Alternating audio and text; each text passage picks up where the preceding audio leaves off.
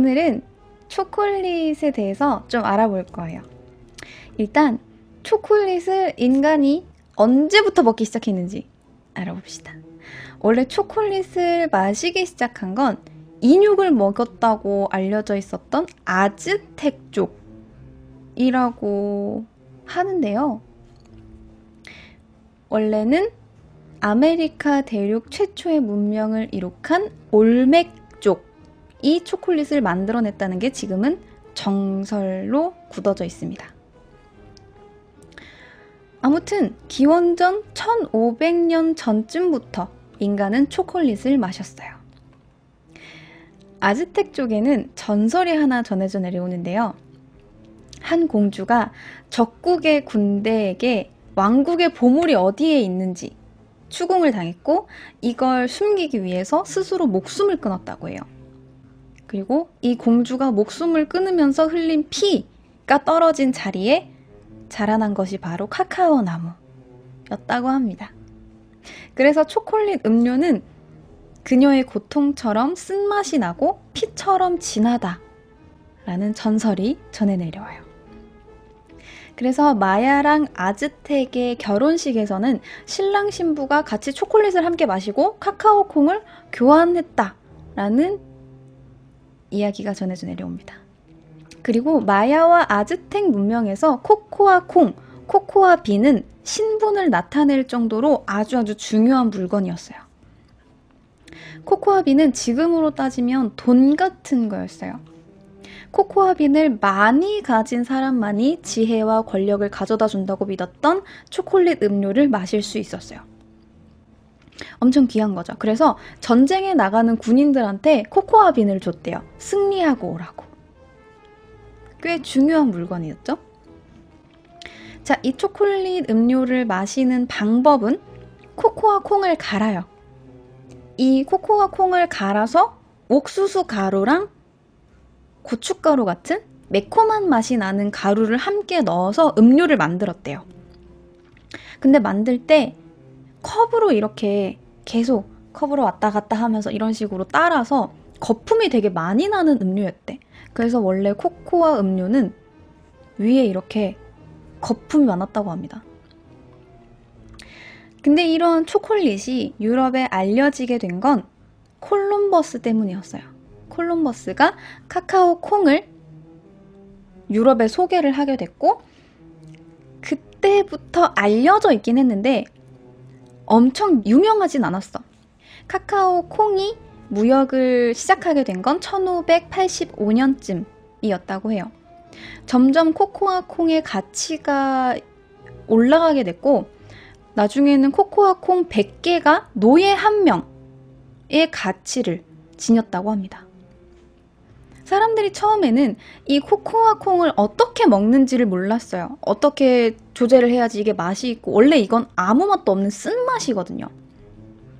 그래서 이게 몸에 좋다고는 하는데 이거를 씹어 먹어야 되는 건지 갈아서 가루를 내서 먹어야 되는 건지 모르잖아요. 그래서 이거를 약처럼 먹었대요. 그냥 몸에 좋다고 하니까 소화제처럼 아픈 사람에게 이걸 먹였는데 점점 여기에 바닐라, 꿀, 설탕 이런 걸 넣기 시작하면서 음료로 바뀌게 된 거죠.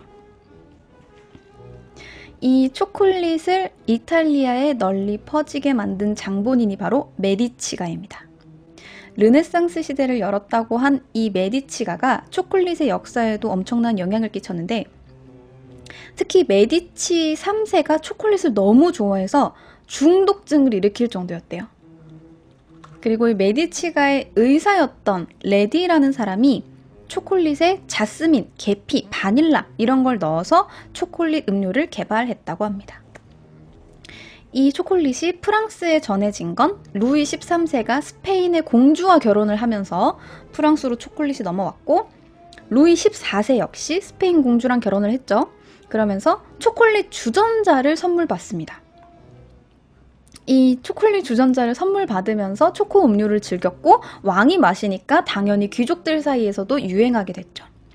나중에 루이 15세의 애첩이었던 마담 퐁파두르도 초콜릿이 정력제라고 믿었대요.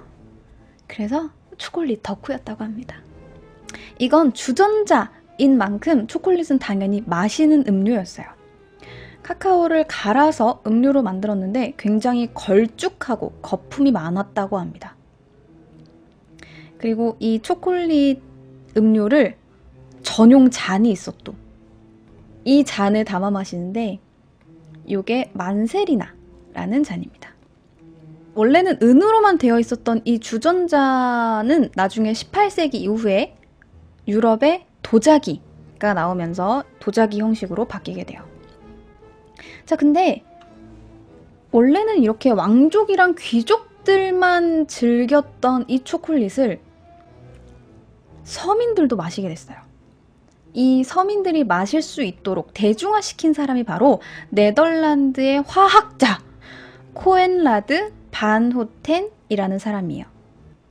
반후텐, 반호텐, 뭐 외국어라서 기타 등등 뭐 바꿀 수 있을 것 같아요. 자, 어쨌든 이 코엔라드 반 호텐이라는 사람이 1828년에 카카오 유압 압착기를 만들어요. 그래서 지방 성분인 카카오 버터를 따로 추출하고 남은 덩어리를 갈아서 카카오 가루를 만든 거죠. 그리고 이 카카오 가루를 어떻게 잘 알칼리 처리를 해가지고 물에 잘 녹을 수 있게 만들어서 물에 타면 여러분들이 알고 있는 그 초콜릿 음료가 나오는 겁니다. 그래서 이 코코아 음료를 처음으로 만든 사람이 결과적으로 코엔라드 반 후텐이라는 사람이 된 겁니다. 그리고 이 분리된 코코아 버터랑 코코아 가루를 다시 섞어요. 그러면 우리가 지금 먹고 있는 초콜릿이 되는 겁니다. 우리가 먹는 이 고형 초콜릿이 만들어진 건 원래는 사람들이 다크 초콜릿을 많이 먹었어요.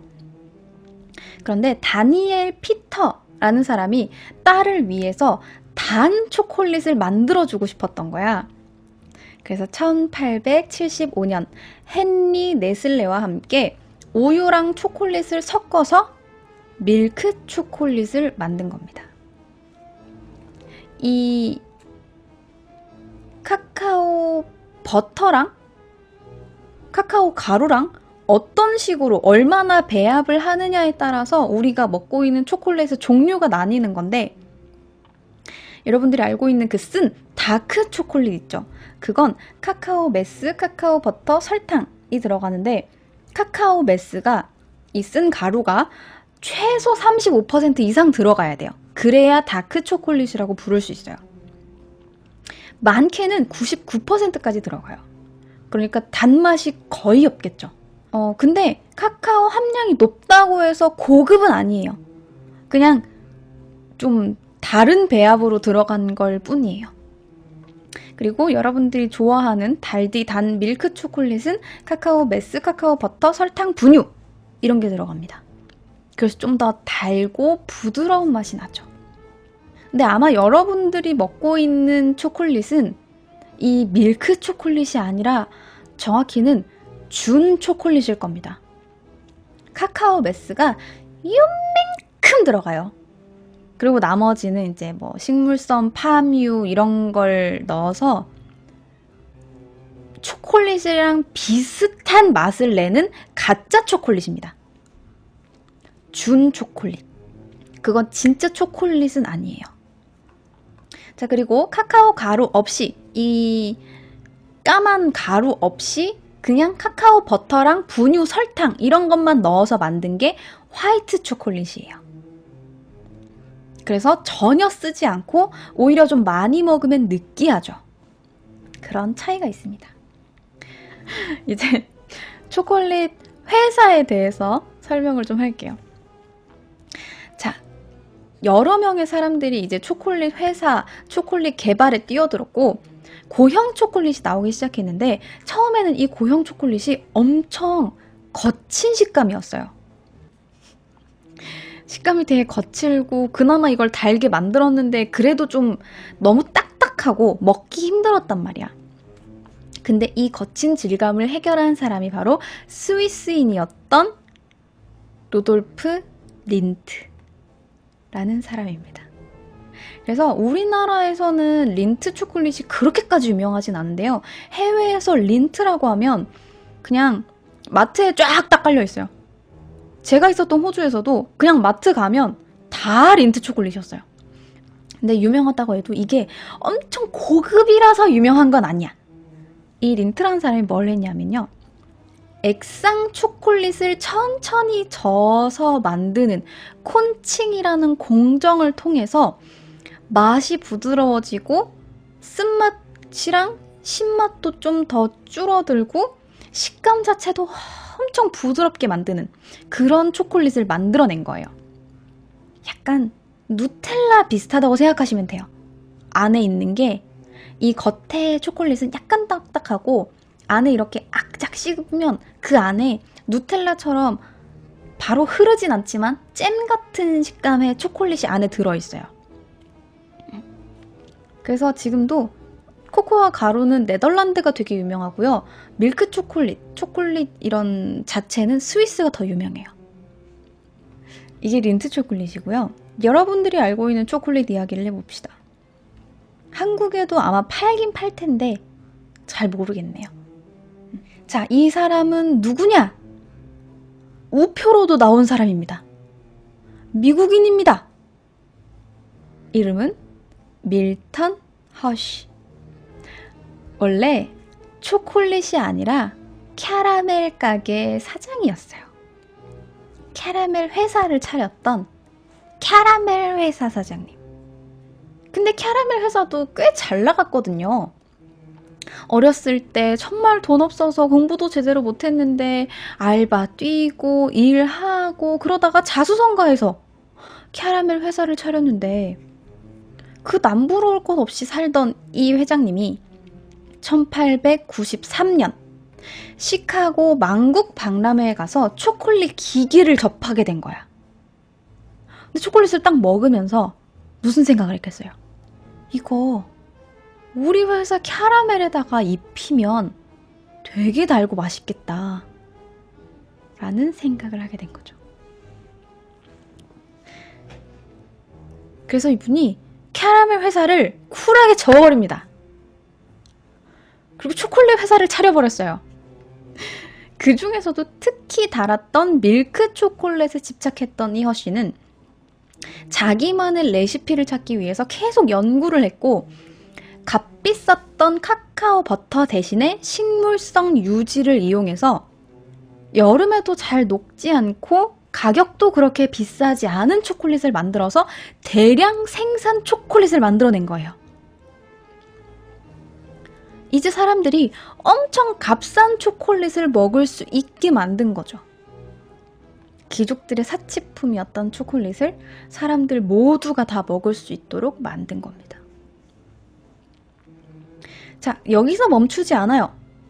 허쉬는 새로운 모양의 초콜릿을 만들어냅니다.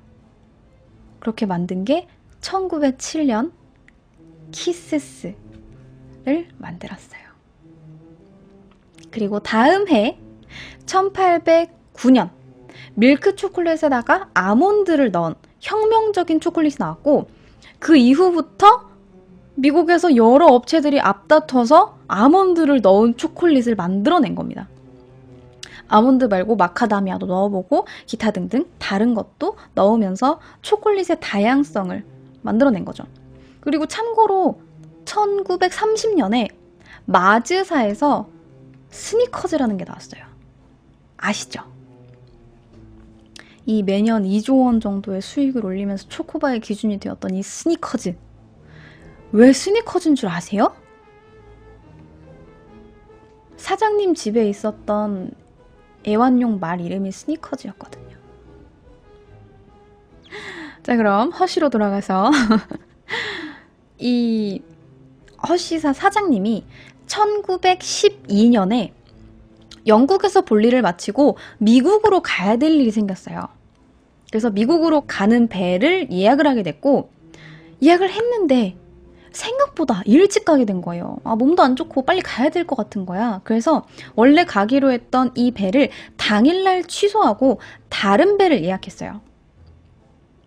그런데 이 당일날 취소했던 초호화 여객선 이름이 바로 타이타닉입니다. 자, 그리고 이제 두 번째 회사입니다, 여러분. 제2차 세계대전이 끝난 직후 이탈리아 북부도시 알바. 헤이즐넛과 초콜릿 산업으로 유명했던 이곳에서 자그마한 빵집을 운영하고 있던 피에트로 씨. 피에트로 씨는 빵집 안에서 초콜릿을 조금씩 팔고 있었어요. 그런데 이 초콜릿이 너무 비싸고 유통이 좀 쉽지가 않으니까 사람들이 잘 안 사 먹는 거야. 그래서 이 질 좋은 이탈리아 초콜릿을 좀 더 많은 사람한테 값싸게 팔면 대박이 나지 않을까? 라고 생각을 하게 된 거예요. 그러면서 초콜릿 개발을 시작하게 됩니다. 처음에는 여러 가지 초콜릿을 만들었어요. 근데 카카오 가루도 그렇고 너무 막 비싼 거야. 비싼 게 너무 많은 거야. 카카오 버터 너무 비싸고. 그렇다고 여기다가 식물성 뭐 유지 넣으면 허쉬랑 다른 게 뭐예요. 그래서 생각해낸 게 수출 제한으로 남아돌고 있던 그 지역 특산물인 헤이즐넛이에요. 이 값싼 헤이즐넛에다가 코코아 가루를 섞으면 엄청 부드럽고 고소한 초콜릿 맛이 나는 거죠. 그렇게 해서 헤이즐넛을 갈아서 헤이즐넛을 갈면 기름이 나오잖아요. 그래서 카카오 버터 같은 효과를 낸 거야. 기름을 내서 코코아를 섞은 잔두야라는 이름의 제품을 만들어내게 됩니다. 이거는 버터 같은 형태였어요. 그래서 이걸 잘라서 뭐 빵에다가 발라 먹거나 아니면 그냥 이렇게 먹는 거야. 근데 이거를 나중에 견과류의 고소함과 초콜릿의 달달함이 섞인 이 잔두야가 대박이 나게 되고 이거를 버터 같은 형식이 아니라 그냥 아예 스프레드식으로 만든 거예요. 그래서 이게 입소문을 타서 막 붐이 있는 거야. 사람들이 이걸 엄청 찾은 거죠. 피에트로 사장님은 빵집 문을 닫고 초콜릿 회사를 차리게 됩니다. 이게 바로 페레로 로쉐의 시작이에요. 페레로는 피에트로 씨의 성이고요. 로쉐는 바위라는 뜻입니다.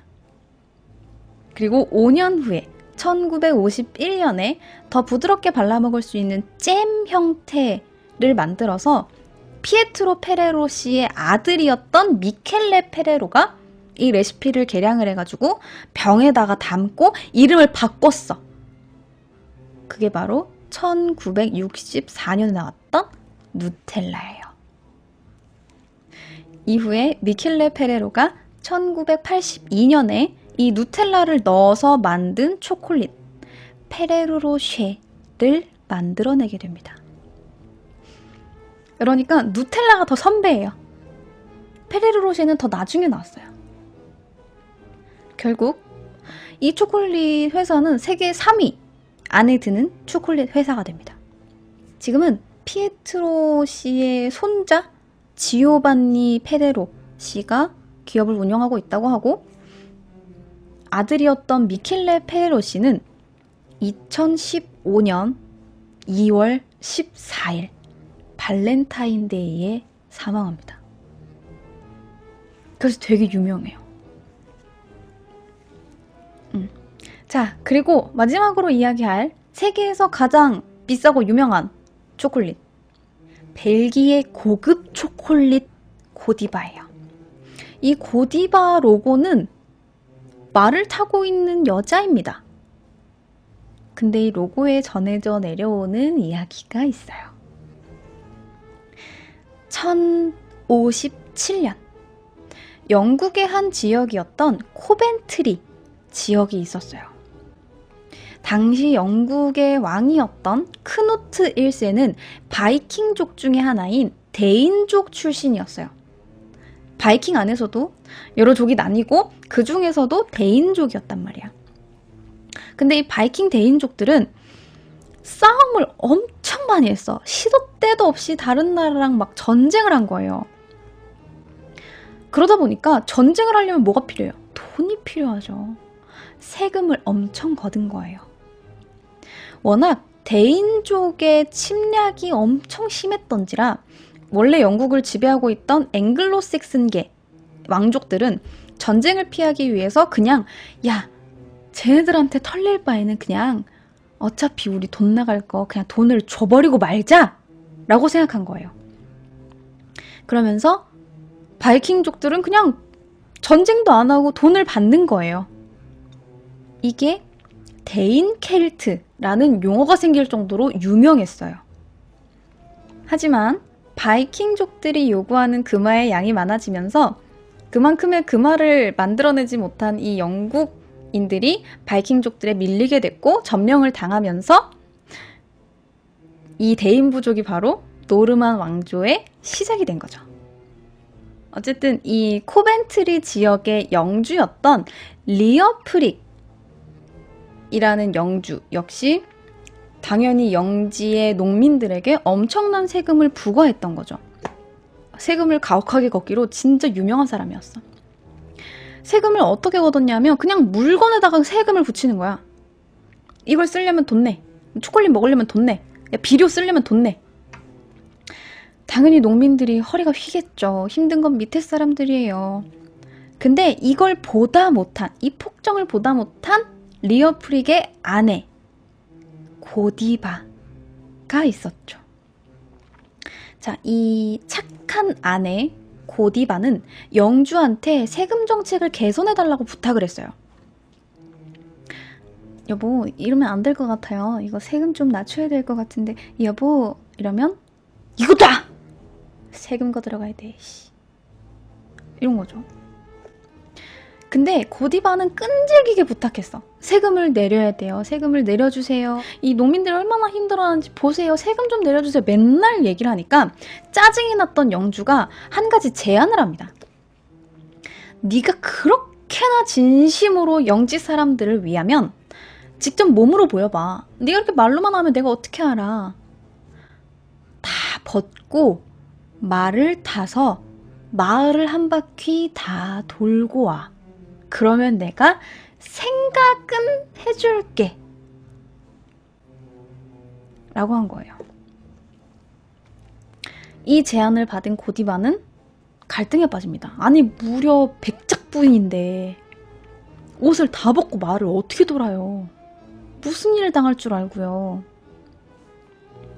근데 이 레이디 고디바는 제안을 받아들입니다. 당시 나이는 16살. 약속 당일 옷을 다 벗고 머리를 풀어서 대충 가립니다. 그리고 말을 타고 마을을 한 바퀴 돌아요. 어땠을까요?